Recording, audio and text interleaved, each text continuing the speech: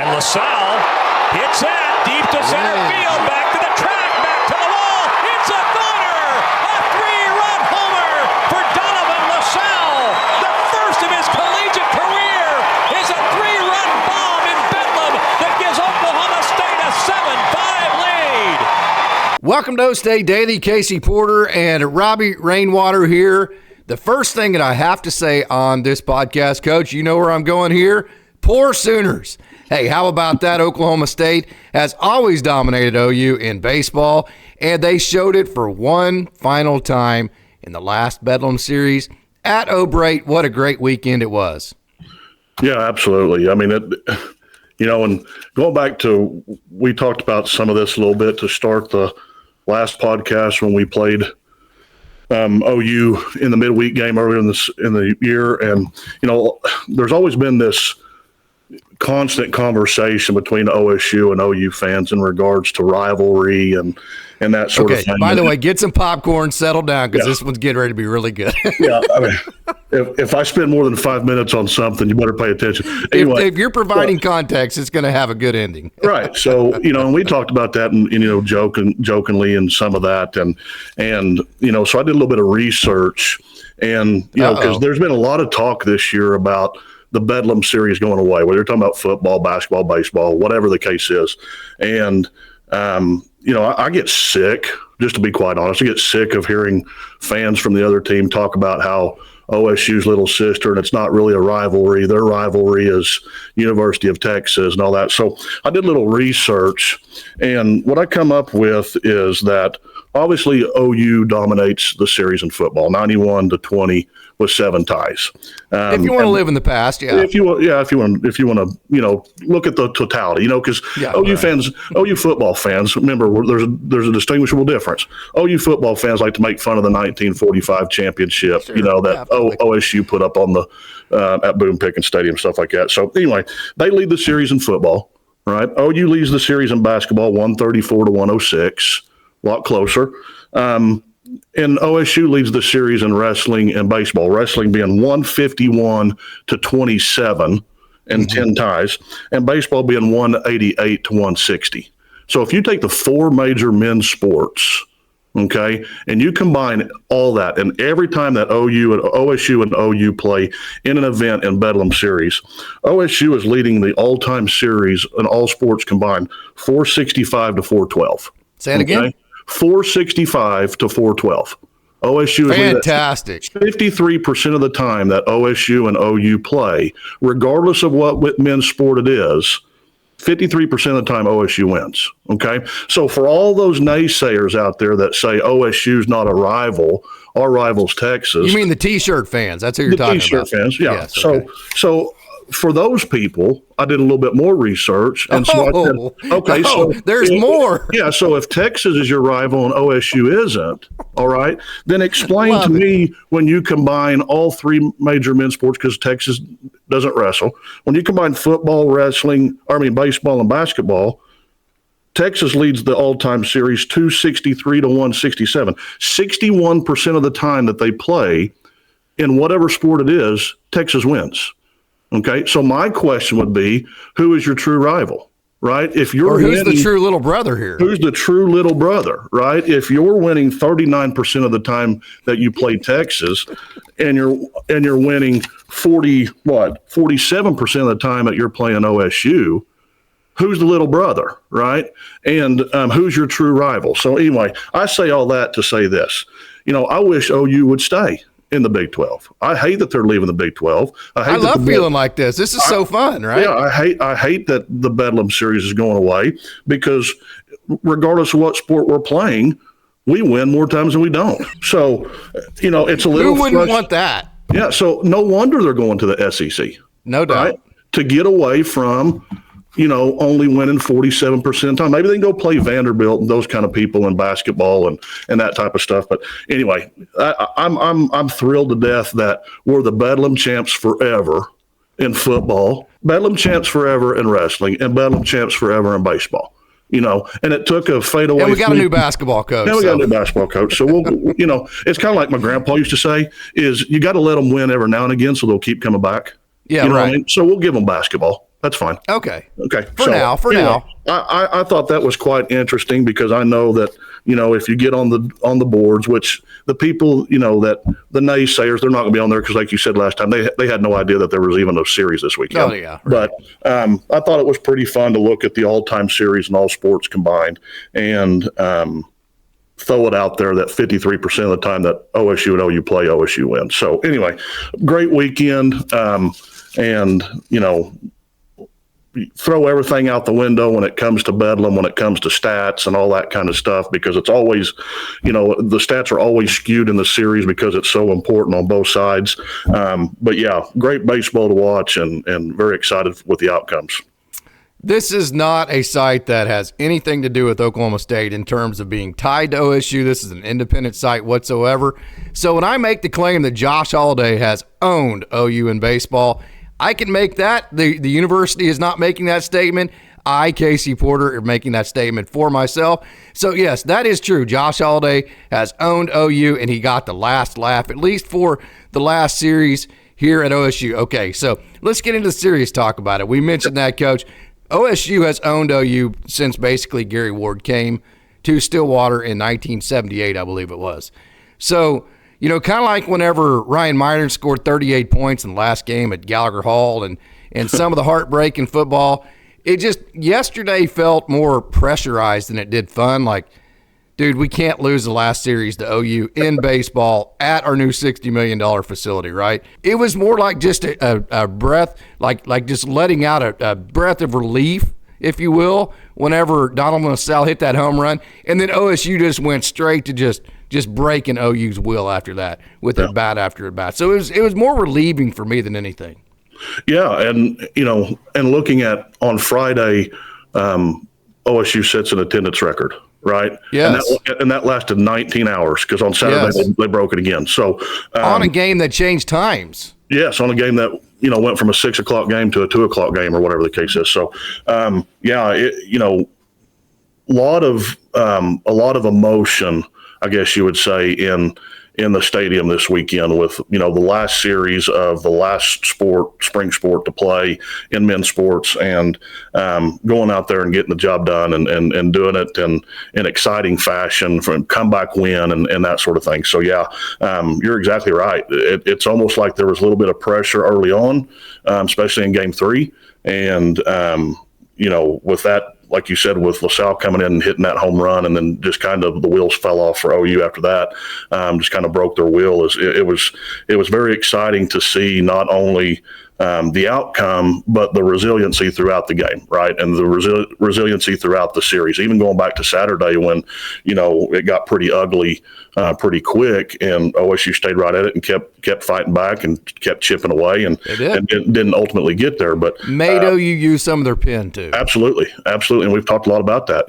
Get deep into somebody's bullpen and it gives you a better chance next game, especially the later you get in the series. So, you're exactly right. And with the expectation and the new stadium and the crowd that was there, and you couldn't help as a baseball player imagine that how excited they were and how elevated they were to play this game, but at the same time that pressure there of being the last series against your rival, your in-state rival, and a really good team, by the way. We have fun, but OU is a really good baseball. They are a really good baseball team, and even looking at going back to what we've talked about, RPI and strength, OU right now, and has been for the last couple of weeks, I believe, has the number one strength of schedule in the nation. And so beating OU in a series 2 out of 3, and then beating them in the midweek couple of weeks ago, is nothing to scoff at. I mean, they're a good baseball team with, that can hit the baseball and hit the long ball and got decent pitching. And so,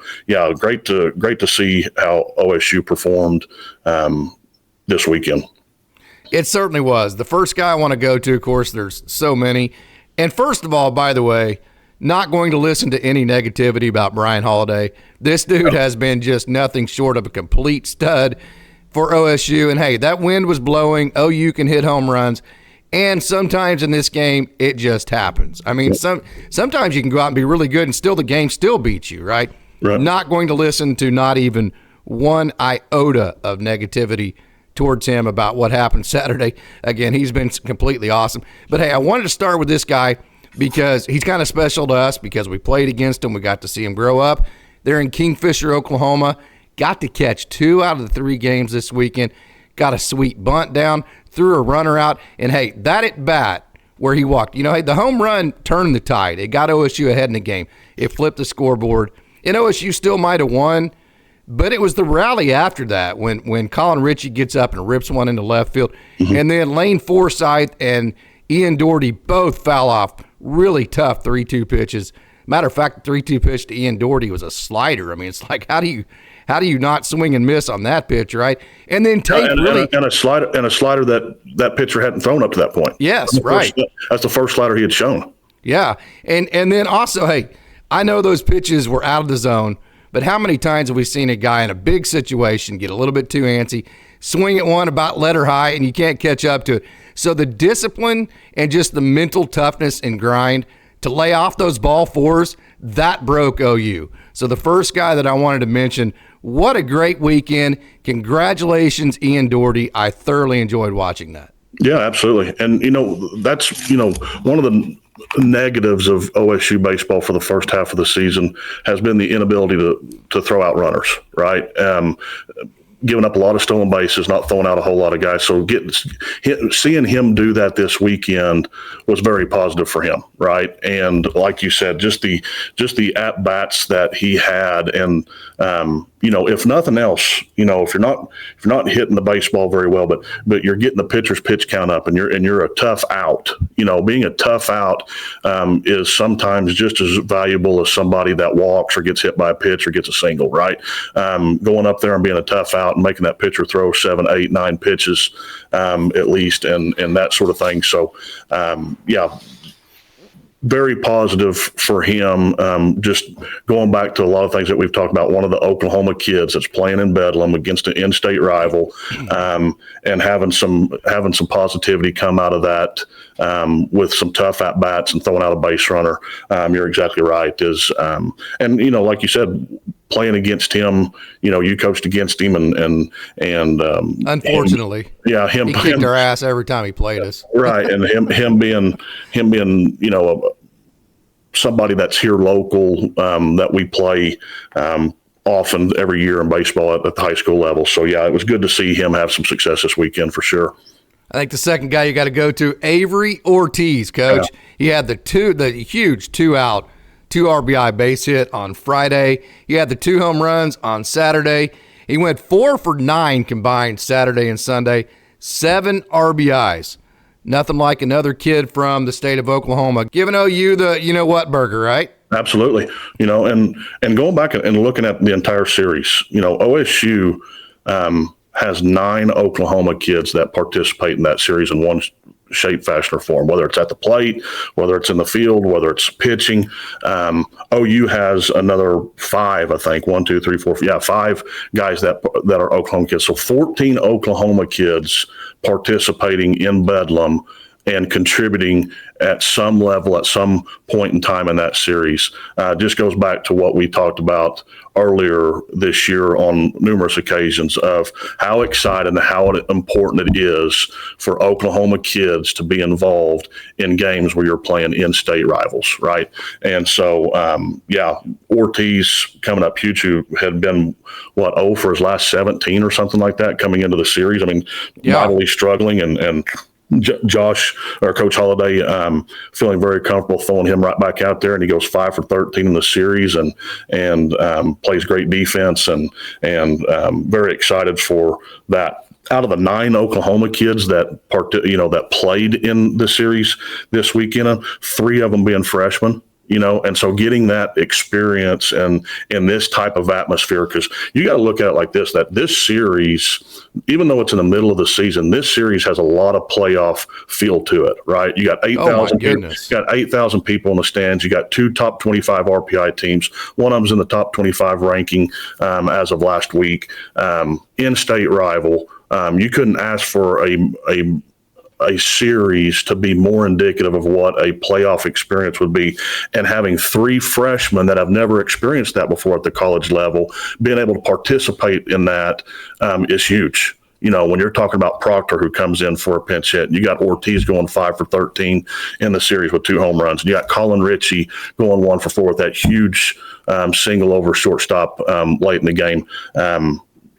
Very big for those 3 freshmen just from Oklahoma. Add Donovan LaSalle. Yeah, talking about just Oklahoma kids to get that experience. Then you throw in LaSalle, like you said, who's another freshman who, people are going to remember a lot of things about this series, but vast majority of people are going to remember that bomb that he hits over center field wall. And rightfully so, man. That was big time. To take the lead. And it's not a ball that was hit. Dude, if OSU doesn't score right there, I think OU might string 2 or 3 runs together and the game might get away from you. Good. Very, very much a momentum swinger one way or the other, depending on how that ending ended. Especially after you just got a guy thrown out at the plate. You felt like you had momentum, then you got to take it. It was, man.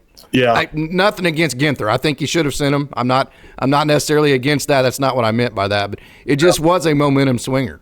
Yeah, it was. And so, anyway, going back to, Ortiz and those guys and the Oklahoma kids playing, whether it's Gabe Davis or, Blake or Brennan Phillips that are pitching and the other guys that participated in the lineup, in the batting lineup, just awesome to see. And even Coach Holliday talked about this, Tom Holliday, on the broadcast of when he came to OSU with Gary Ward back in the late 70s, that they were having a hard time getting Oklahoma kids because all the Oklahoma kids were going to OU, because at that time OU was better in baseball or more successful in baseball than OSU was. So they had to go outside of Oklahoma to get a roster built that they could compete with. And just to see now in 2024, and obviously that had changed within 5 or 10 years of them being here, but just to see year in and year out the Oklahoma kids contributing on a series by series basis, and especially in Bedlam, it's great to see. And I think that's one of the things that I'm most proud of being an OSU fan, is just year in and year out seeing Oklahoma kids competing and being successful. You talk about a team that just finds ways to win, I should say. Nolan Schubert, of course, Wolfert's out right now. Nolan Schubert, I believe, was 2 for 10 on the weekend. Colin Briggerman had a couple of hits but didn't even play on Sunday. So by and large, you got all this done. You beat a great team in OU, who, by the way, played well this weekend. They did what they're supposed to. You did it without your big three thumpers really kind of carrying the offense. You just had to find ways to score.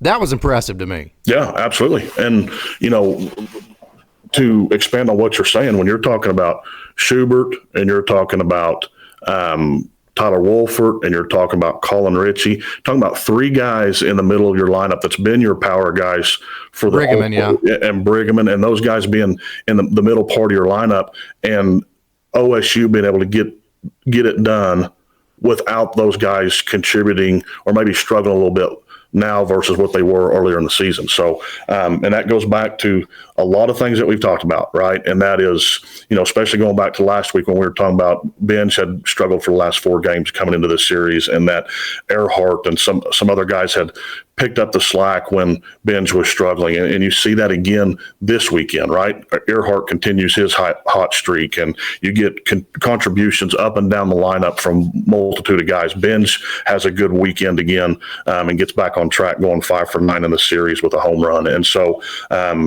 it's a testament to your ball club when you can win with the long ball, and even going back to Saturday, right, is that, in your own home park, when the wind's blowing out 30 miles an hour and you don't win the long ball aspect of the game, right, but you're still able to contribute, you're still able to be successful throughout the series because of the multitude of guys that are contributing up and down the lineup. So, great to see, and it just speaks again to the things that we've talked about of, how this team maybe coming to fruition of the things that we've talked about, and saying, what is the future success of this team for this year, and what's a predictor that you can look at. And one of the biggest predictors, in my opinion, that you can look at for this team is the number of different guys that contribute on a weekend-to-weekend basis throughout the lineup. So when one part of your lineup is struggling, another part of your lineup is picking up the slack. And I think that it speaks volumes to the quality of baseball team that OSU has. And if they can ever get, consistent without injuries, and have, guys on a platoon basis or rotation, whatever you want to call it, without having to do that with injuries, man, it could get scary how good OSU could be, But the other scary part about it is, when you do have the injuries and you have LaSalle that gets plugged into the 4 hole, in Bedlam when he hasn't played since the middle of February or whatever it was, and to see him go up there and have success. Does he not have a little bit of a Julio Franco look to him? Yeah, he does. You know what I mean? Yeah, and going back, definitely. the bat angle and before the pitch and all that kind of stuff, and he just walks up to the plate with confidence. If you ask me, he was in Josh's trust tree. He walks up to the plate with an expectation for himself of how he's supposed to contribute. And to see him attack that first pitch fastball that's down in the zone and him hit it 420 feet or whatever it was I was hollering at the TV on that just as much as I was when Ginther gets bench thrown out at home plate. So anyway, I won't go back to that, but very exciting to see the number of different guys that are contributing throughout the lineup, especially when one portion of your lineup is struggling. Other guys are there to pick up the slack. No doubt about that. Hey, OSU, since Gary Ward came along, we would all have to agree has an illustrious past, right? I'm not sure what Zack Aart isn't the most impressive streak I've ever seen of any one individual for an extended period of time. Of course, I'm sure Robin Ventura and Jeremy Burnitz and some of those guys put together some streaks that I'm not remembering at this moment. But try this on for size. Hits in 7 games in a row, hits in 12 out of his last 13, 11 multi-hit games in his last 20 games played. He's hitting .451 in his last 20 games, 20 RBIs, 24 runs scored. Wow. If that's not the most impressive streak, it's certainly up there amongst some real awesome dudes in the last 40 years. Yeah, and obviously the hottest hitter in the Big 12, and probably, if not the top, one of the top hottest hitters in the nation right now. And so, just and I almost chuckled when they intentionally walked Benj, wasn't it? They intentionally walked Benj to get to Aart. It's like, what? What are we doing? I mean, have you guys even paid attention to what's going on? So anyway, and I know, you're playing both sides of that of, you're setting up the double play ball and all that kind of stuff. But man, what a tough decision you have to make to walk Benj to get to the hottest hitter in the country at the time. And so, just crazy good and crazy hot of how he is at the plate right now. And being able to pick up the slack when, like we talked about just a while ago, picking up the slack when others are struggling a little bit. But how great it was to see Benj come back and to have him and Aart back-to-back in game 1 and 2, I believe, or not 2, but game 1, those two guys hitting back-to-back, and as hot as Aarhart's been at the plate, and then Benj getting hot again this weekend. It's fun to watch guys when they're hitting the baseball and squaring it up and hitting it all over the field. I think the guy that's getting overlooked the most, hey, we always talk about the first team to score in a game. We talked about a lot, Coach. Hey, we love small ball, yes, but more so just to score that first run. Hey, a lot of times that first run of the game is the hardest one to score. Let's get that first run scored. Let's get the runner moved over. Let's get him in. Let's get one on the board. Then we can go to thumping after that, right? Yep. Then you can kind of open up the can from there. So in a 3-game series, that first game, kind of like that first run, is huge. So I think the guy that's getting overlooked in this whole thing the most, Sam Garcia. 5 2/3 innings pitched, 6 hits, just 2 runs, 9 strikeouts, and no walks. The thing about OU, Coach, they hit 1,000,000 home runs. They had 4 solo home runs on Friday. You know why they were solo home runs? No walks. That's right. When you have a guy like that that's left-handed that can command the zone like that and force the other team, even when they're hitting home runs, but having to hit solos because you're not giving them any free baseball, that is so valuable. It is. And, talking about him and Brian Holiday, right? And probably one of the best 1-2 combinations in the country. Just him. And I think this is going to speak to some concerns that you had about during the UCF series. And we talked about him being pulled in the 8th inning and what would happen maybe possibly if he didn't, and those tough decisions have been made. And the number of times that Brian Holiday's had to go over 100 pitches, I think you're starting to see that catch up to him a little bit this weekend. Versus, and having to throw on the day when the wind's blowing 30 miles an hour straight out. So you can throw some of that out the window. But Garcia being a guy that has been held to that, 75 to 90 pitch count throughout the year and just continuing to be consistent and kind of being overshadowed a little bit, like you were talking about, with the success that Brian Holiday has and the bullpen has had throughout the year. He just kind of quietly, not quietly in our mind, but quietly around the Big 12 or around the nation, just quietly went out and just dominated on a game-to-game basis. And so very impressive to see him continue that this weekend. I think with Holiday, it was good for them to get him out after about 70 pitches or whatever it was, just for it not to be another start in a row where he goes over 100. We talked about last week, that early on in the game, against West Virginia on Saturday, that they had squared him up a few times, and luckily the wind was blowing up a little bit. And I think you saw that this weekend of that continued a little bit. He's leaving the ball up in the zone a little bit. His velocity reduced pretty early in the game, and so I think it's good for him to get that 70 pitch count or whatever it was. I don't remember exactly how many pitches he threw. Looks like 79. He threw 79 pitches. So expect to see him bounce right back and throw well next weekend and have some quality rest. So, but yeah, Sam Garcia, what else do you say about the guy? He doesn't walk guys, like you said. He's a high strikeout guy. He's a pitch to contact guy when he needs to be, and he can just do it all from the mound, right? He commands the zone, and he has great control, and he changes levels and he changes speeds, and like I said, he can be a strikeout guy or he can be a pitch to contact guy, whichever you need during that particular portion of the game and the situation. So continue to be impressed with him, and like you said, he's kind of flying under the radar and not getting the recognition maybe that he deserves or that he has earned. But in our eyes, obviously, he's a great guy to have on your Friday to get the series started. Totally agree with that. Hey, another guy, all the pressure in the world was on Gabe Davis Sunday. He had just recently been moved to starter. The first couple of starts hadn't gone exactly the way that he wanted to. So, man, you talk about the rubber match of the last game ever between OSU and OU in the regular season baseball, and then at O'Brate in front of a crowd that, crowds that are going to go over 20,000. He's from Choctaw, which is about 45 minutes from where he's going to stand on the mound at O'Brate Stadium. A tremendous amount of pressure on him. Yeah. All Oklahoma State needed out of Gabe Davis, just go out there and hand the ball over and have your team in a good position to win the game when you leave the game. Because, like you said, we had gotten into OU's bullpen on Saturday. This is a team that's very scrappy. They find ways to win late in games. So I thought Gabe Davis did exactly what OSU needed out of him on that third-day starter.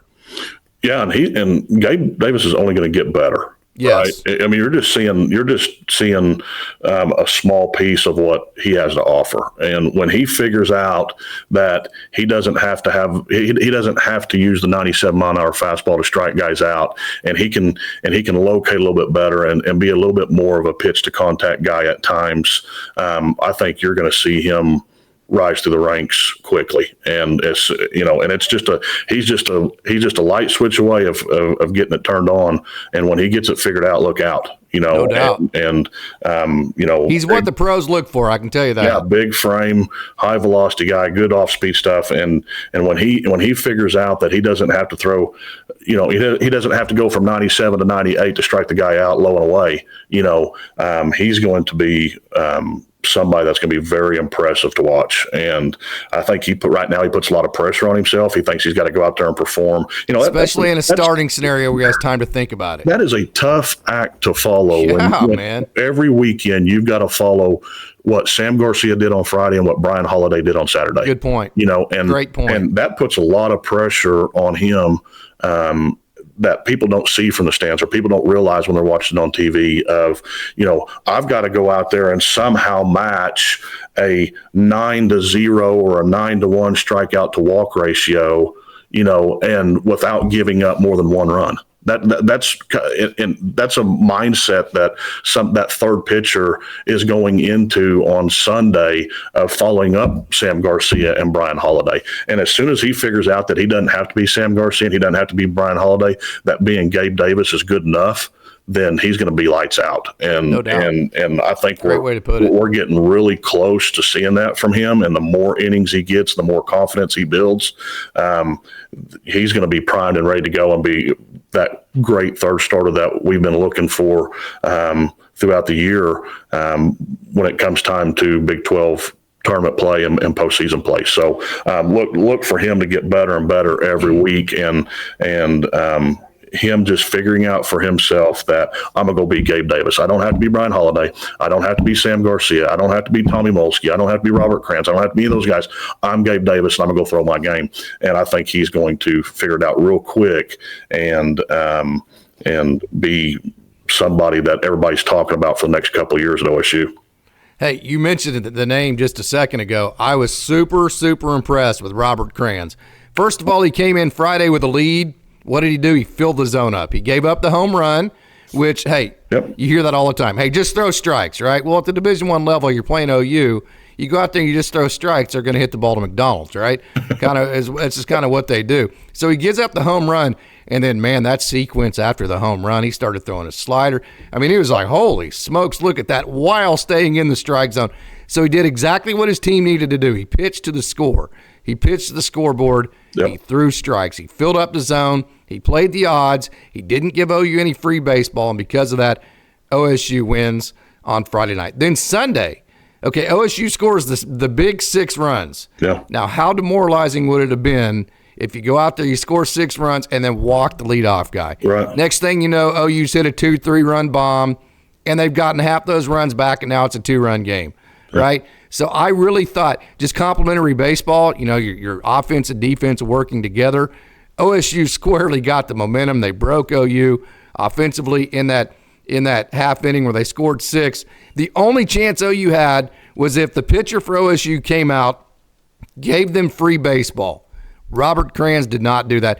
So by that next half inning when he went 3 up, 3 down, that really ended the game for OU. I was very impressed with that. Yeah. And this from being a player and a coach too, how reassuring it is for the rest of the guys on the field at the time when you hand the ball off to Robert Krantz, right? Yes. Or you hand the ball off to a Tommy Molsky or any of those other guys that have come out of the bullpen and pitched very well. How reassuring it is for the rest of the team and even the fans, right? That there's a sense of calm when we hand it off to this guy, right? Mm-hmm. And there's guys up and down that pitching rotation that we've talked about throughout the year that provides that for OSU in the middle of the game or at the end of the game. And it just very impressive on those guys' part. And you talk about in baseball a lot about how your middle relievers and your closers, they got to be kind of different, right? They got to be kind of, not messed up in the head, but they've got to have a different, mindset and kind of like a cornerback in football. Yeah. You got to just move on. They just don't get bothered, right? They're able to come in any situation and not get shook up and not be amped up too high where they can't throw strikes or not be scared to go out there and throw the baseball over the plate and see what happens.